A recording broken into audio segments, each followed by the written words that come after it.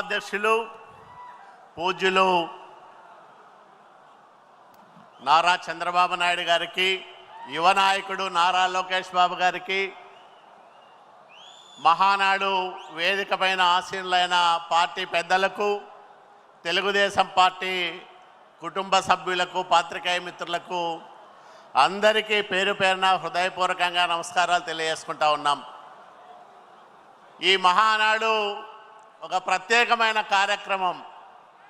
Party ఆవిర్భవించిన తర్వాత కడపలో జరుపుకుంటున్న తొలి మహానాడుగా మన నాయకుడు చెప్పినట్లుగా తెలుగుదేశం పార్టీ చరిత్రలో ఒక చారిత్రాత్మక ఘట్టంగా మిగిలిపోతుందనడంలో ఎలాంటి సంశయము లేదు.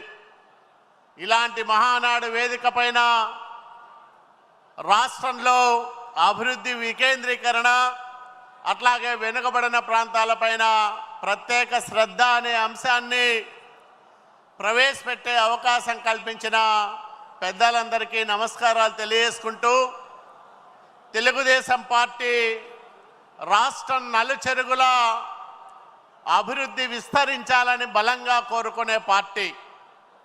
మన నాయకుడు చంద్రబాబు నాయుడు గారు 95లో ముఖ్యమంత్రిగా బాధ్యతలు స్వీకరించిన తర్వాత అటు తెలంగాణ, ఇటు రాయలసీమ, అటు ఉత్తరాంధ్ర 3 వెనుకబడిన ప్రాంతాలపైన ప్రత్యేక శ్రద్ధాసక్తులు చూపెట్టి ఆ ప్రాంతాల అభివృద్ధిలో క్రియాశీలకమైన చర్యలు తీసుకున్న విషయాన్ని మీ అందరికీ నేను గుర్తు చేస్తా ఉన్నా.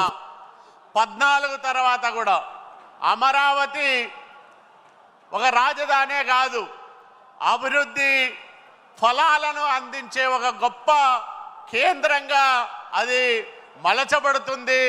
తనను తాను పోషించుకుంటూ ఈ రాష్ట్రానికి అత్యధిక ఆదాయాన్ని ఇచ్చే ఆర్థిక శక్తిగా అమరావతి నిలుస్తుందని గట్టిగా నమ్మి రాష్ట్ర ప్రభుత్వం నుంచి ₹1 ఖర్చు పెట్టకోకుండా వివిధ మార్గాల్లో నిధులు సేకరించి అమరావతిని ఒకవైపు అభివృద్ధి చేస్తూనే వెనుకబడిన ప్రాంతాలపైన ప్రత్యేకమైన శ్రద్ధ చూపిస్తూ ఉంది ఈనాటి ఎన్డీఏ ప్రభుత్వం అని మీ అందరికీ నేను మనవి చేస్తూ ఉన్నా.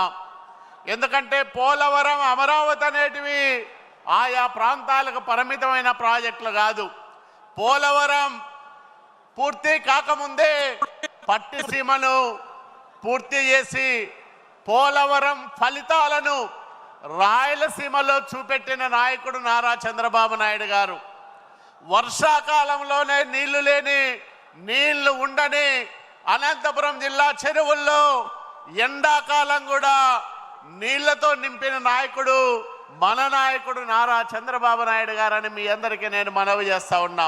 అంటే ఒక నాయకుడికున్న దూరదృష్టి, ఒక నాయకుడికి ప్రజలంటే బాధ్యత, ఒక నాయకుడికి వెనుకబడిన ప్రాంతాలంటే ప్రత్యేకమైన అభిమానం ఉంటే ఆ ఫలితాలు, ఆ ఫలాలు ప్రజలకు, ఆయా ప్రాంతాలకు ఎలా అందుతాయో ప్రత్యక్షంగా చూస్తున్న వాళ్ళంగా మేమందరం కూడా గర్వపడతా ఉంటాం ఎప్పుడు కూడా.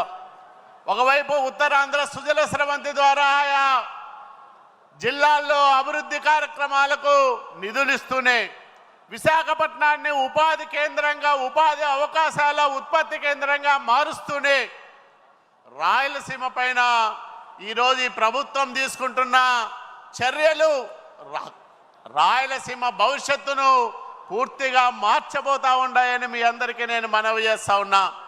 ఎందుకంటే విభజన చట్టంలో ఉన్న కడప ఉక్కు పరిశ్రమ త్వరలోనే పురుడు పోసుకుంటా ఉంది. మొన్ననే చూసాం, సజ్జన్ జిందాల్ గారు మన నాయకుడు చంద్రబాబు నాయుడు గారిని ఢిల్లీలో కలిశారు. త్వరలోనే పనులు ప్రారంభమవుతాయని తెలుస్తూ ఉంది. అట్లాగే హంద్రీనీవా పథకం కర్నూలు, అనంతపురం, చిత్తూరు జిల్లాలకు ఎన్టీ రామారావు గారు ఇచ్చిన వరప్రసాదం. ఆ ఫలితాలు చంద్రబాబు నాయుడు గారి హయాంలో పాక్షికంగా 14-19 మధ్యకాలంలో చూసాం. ఈరోజు సంపూర్ణంగా చూడబోతా ఉన్నాం. జూలై 10వ తేదీన హంద్రీనీవా 3850 క్యూసెక్కుల సామర్థ్యంతో 12 పంపులు ఆన్ చేసి మల్యాల నుంచి మరి నీటి కృష్ణా జలాలతో అత్యంత కరువు పీడిత కర్నూలు, అనంతపూర్, చిత్తూరు జిల్లాలని సస్యశ్యామలం చేయడానికి కంకణం కట్టుకున్న నాయకుడు మన నాయకుడు. ఆ ఫలితాలు 2 నెలల్లో మనం సంపూర్ణంగా చూడబోతా ఉన్నాం. ఇది కదా అభివృద్ధి, ఇది కదా రాయలసీమ ప్రజలు కోరుకుంటున్నది. తరతరాల రాయలసీమ వెనుకబాటుతనాన్ని, ఈ ప్రాంత దారిద్ర్యాన్ని, ఈ ప్రజల అమాయకత్వాన్ని, ఈ పేదల అవసరాల్ని రాజకీయ పునాదులుగా చేసుకొని ముఖ్యమంత్రులు, మంత్రులు, మరి కేంద్ర మంత్రులు అనేక మంది అయ్యారు తప్ప ఈ రాయలసీమ దారిద్ర్యాన్ని సమూలంగా శాశ్వతంగా రూపుమాపడానికి శక్తివంతమైన చర్యలు తీసుకుంటున్న నాయకుడు చంద్రబాబు నాయుడు గారు తప్ప రెండో వ్యక్తి రాయలసీమలో ఎవరు కనిపించరని సగర్వంగా చాటి చెప్తా ఉన్నాయి మహానాడు వేదిక ద్వారా. ఎందుకంటే అన్ని కార్యక్రమాలు చేస్తూ ఉన్నారు. ఈరోజు ఇక్కడే మనం చూసాం, కొప్పర్తి మరి ఇండస్ట్రియల్ హబ్గా మారిపోతా ఉంది.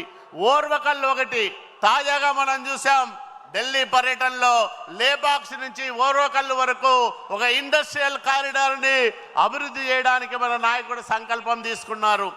డిఫెన్స్ పరిశ్రమల్ని అత్యంత మారుమూలన అనంతపురం జిల్లాకి తీసుకురావడానికి ప్రయత్నాలు చేస్తూ ఉన్నారు.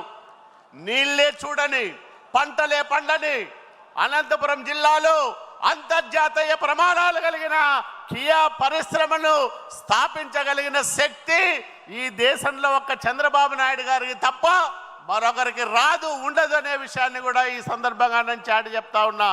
ఎందుకంటే ఒక మారుమూలను ఉన్న ప్రాంతం, పిచ్చుకలు కూడా తిరగని ప్రాంతం, అట్లాంటి ప్రాంతంలో ఒక అంతర్జాతీయ కార్ల పరిశ్రమ వచ్చిందంటే చంద్రబాబు నాయుడు గారి దూరదృష్టి, ఆయన పట్టుదల. ఒక ప్రతి జన్మదినాన్ని అనంతపురంలోనే జరుపుకోవడానికి చంద్రబాబు నాయుడు గారు ఇష్టపడతారు.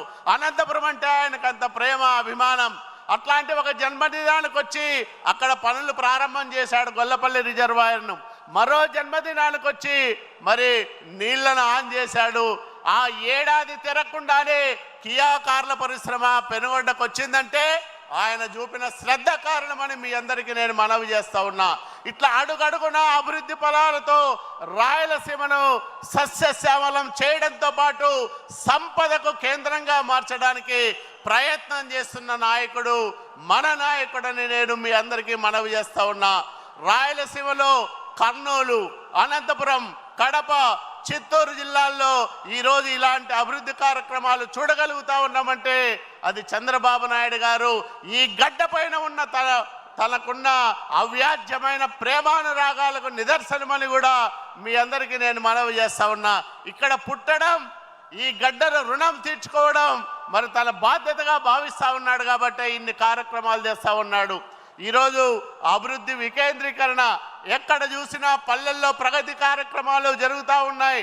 ఒకప్పుడు పంచాయతీలకు నిధులు అందించిన నాయకుడు నారా లోకేష్ బాబు గారు గత ప్రభుత్వంలో పంచాయతీరాజ్ శాఖ మంత్రిగా ఉన్నప్పుడు అనేక వేల కోట్ల రూపాయలు తీసుకొచ్చి గ్రామాల్లో అభివృద్ధి కార్యక్రమాలు చేసి జాతీయ స్థాయిలో వందలాది అవార్డులు తీసుకొని మరి గ్రామాల రూపురేఖలను మార్చడానికి ప్రయత్నం చేశారు.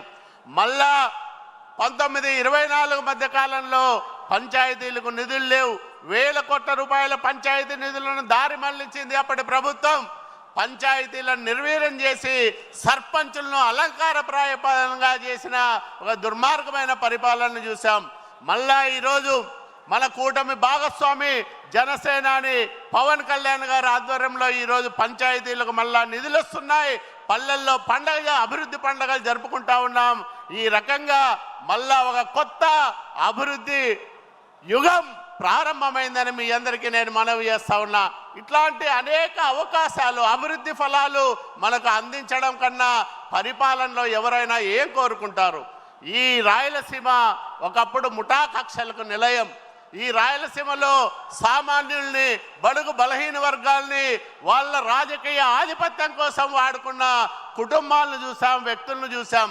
కానీ రాయలసీమలో ఫ్యాక్షనిజాన్ని తుదముట్టించి పూర్తిగా రూపుమాపి అభివృద్ధి దిశగా ఈ రాయలసీమను నడిపించిన నాయకుడు చంద్రబాబు నాయుడు గారు. అవునా కాదా? ఒకసారి గతంలోకి వెళ్ళి మననం చేసుకోమని మీ అందరికీ నేను మనవి చేస్తా ఉన్నా. ఒకవైపు దుర్మార్గుల పీచమనిస్తూ, ఒకవైపు సామాన్యులకు రాజకీయాల్లో అవకాశాలు కల్పిస్తూ, నాలాంటి ఒక సామాన్యుల్ని అనేక అవకాశాలు కల్పించి రాజకీయ నాయకులను చేసిన నాయకుడు నారా చంద్రబాబు నాయుడు గారు. మరి బడుగులకు పెద్దపీట వేస్తూనే, బడుగుల బతుకుల్లో కొత్త వెలుగులు నింపుతూనే ఈరోజు గ్రామీణ ప్రాంతాల్లో అన్ని గ్రామాల్లో కనీస సౌకర్యాలు, తాగునీరు, రోడ్డు, డ్రైను, స్కూలు, మంచినీటి కార్యక్రమాలన్నీ కూడా పెట్టడానికి మరి ఇందాక చంద్రశేఖర్ గారు చెప్పారు, వేల కోట్ల రూపాయల కేంద్ర ప్రభుత్వ నిధుల సహకారంతో ఈరోజు మరి కార్యక్రమాలు జరుగుతూ ఉన్నాయి. ఇంత పెద్ద ఎత్తున అభివృద్ధిని మనం ఎప్పుడూ చూడలేదు. 5 ఏళ్ళు ఆగిపోయిన డ్రిప్పు మళ్ళా ప్రాణం పోసుకుంటా ఉంది. ఈరోజు 1 కోటి ఎకరాల్లో బిందు సేద్యాన్ని తీసుకురావాలని చంద్రబాబు నాయుడు గారు సంకల్పించారు. ఆ రకమైన కార్యక్రమాలు చేస్తూ ఉన్నారు. మళ్ళా డ్రిప్ సబ్సిడీ ప్రారంభమైంది. ఈ రాయలసీమని ఉద్యానవన క్షేత్రంగా తీర్చిదిద్దడానికి మరి ఎప్పుడో మనం గుజరాత్ ఎక్కువగా ఉపయోగించుకుంటా ఉంది డ్రిప్ సబ్సిడీని అనుకునే వాళ్ళం. ఈరోజు ఆంధ్రప్రదేశ్ దేశంలోనే డ్రిప్ సబ్సిడీలో నంబర్ 1. ఎందుకంటే ఈ బిందు సేద్యం పైన పరిపూర్ణమైన అవగాహన ఉన్న నాయకుడు చంద్రబాబు నాయుడు గారు. అప్పట్లో టాస్క్ ఫోర్స్ చైర్మన్గా దేశవ్యాప్తంగా ఇలాంటి వినూత్నమైన సేద్యపు విధానాలకు శ్రీకారం చుట్టిన నాయకుడు చంద్రబాబు నాయుడు గారు. కాబట్టి మరి ఆ రకమైన కార్యక్రమాలతో రాయలసీమను అభివృద్ధి దిశగా ముందుకు సాగిపోతున్నందుకు ఈ గడ్డ మీద పుట్టిన ప్రతి రాయలసీమ వాసి గర్వపడతా ఉన్నాడని కూడా మీ అందరికీ నేను మనవి చేసుకుంటూ, మరి ఈరోజు యువగలం పాదయాత్ర ద్వారా ఇక్కడే ఇదే గడ్డపైన రాయలసీమ డిక్లరేషన్ ప్రకటించిన నారా లోకేష్ బాబు గారికి కృతజ్ఞతలు తెలియజేస్తూ, ఆ డిక్లరేషన్లో భాగంగా ఒకవైపు హంద్రీనివాకు 3700 కోట్ల రూపాయలు కేటాయించి 216 కిలోమీటర్లలో కాలువ వెడల్పు చేయడంతో పాటు కిందికి మరి కాలువను బాగు చేస్తున్నాడు. మరి గాలేరు నగరి, హంద్రీనివా ఇవన్నీ కూడా సంపూర్ణంగా ఫలితాలు ఇస్తే ఈ రాయలసీమ సస్యశ్యామలం అవుతుంది. ఈరోజు మరి ఎక్కడైతే మనం నదుల అనుసంధానం గురించి చర్చించుకుంటా ఉన్నామో, పోలవరం బనకచర్ల కల సాకారం అయితే రాయలసీమలో ప్రతి ఎకరాకు సాగునీరిచ్చే అవకాశం వస్తుంది.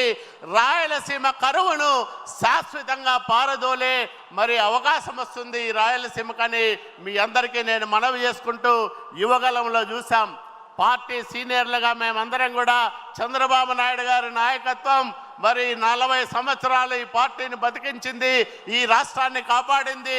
మళ్ళీ తర్వాత ఎవరిని ఆలోచన చేసినప్పుడు కొంత ఆందోళన ఉండేది మా అందరిలో కూడా. కానీ యువగలంలో నారా లోకేష్ బాబు గారి పట్టుదల, ఈ దుర్మార్గమైన అప్పటి ప్రభుత్వం పైన ఆయన రాజీ లేని పోరాటం చేసిన విధానం, ఎక్కడ తగ్గకోకుండా మరి ఆయన చూపించిన చొరవ, ఇవన్నీ చూసిన తర్వాత తెలుగుదేశం పార్టీకి మరో 20 సంవత్సరాలు నాయకత్వ సమస్య లేదు ఉండదని బలమైన నమ్మకం మా అందరికీ కలిగింది. ఈ సందర్భంగా మీ అందరి ద్వారా, ఎందుకంటే ప్రతి కార్యకర్త ఈరోజు నాయకుడందరూ కూడా కోలుకుంటా ఉన్నారు. లోకేష్ బాబు గారు పార్టీలో మరింత క్రియాశీలం కావాలని అందరూ ఆకాంక్షలను నెరవేర్చే దిశగా మరి మన నాయకుడు చంద్రబాబు నాయుడు గారు తగిన ఆలోచనలు చేస్తారని కోరుకుంటూ, మరి ప్రతిపాదన చేసే అవకాశం కల్పించిన పెద్దలందరికీ నమస్కారాలు తెలియజేస్తూ ఈ తీర్మానం మీ అందరి ముందు ఉంచుతున్నానని మీ అందరికీ మనవి చేస్తూ సెలవు తీసుకుంటున్నాం. జై హింద్, జై తెలుగుదేశం, జై చంద్రబాబు నాయుడు.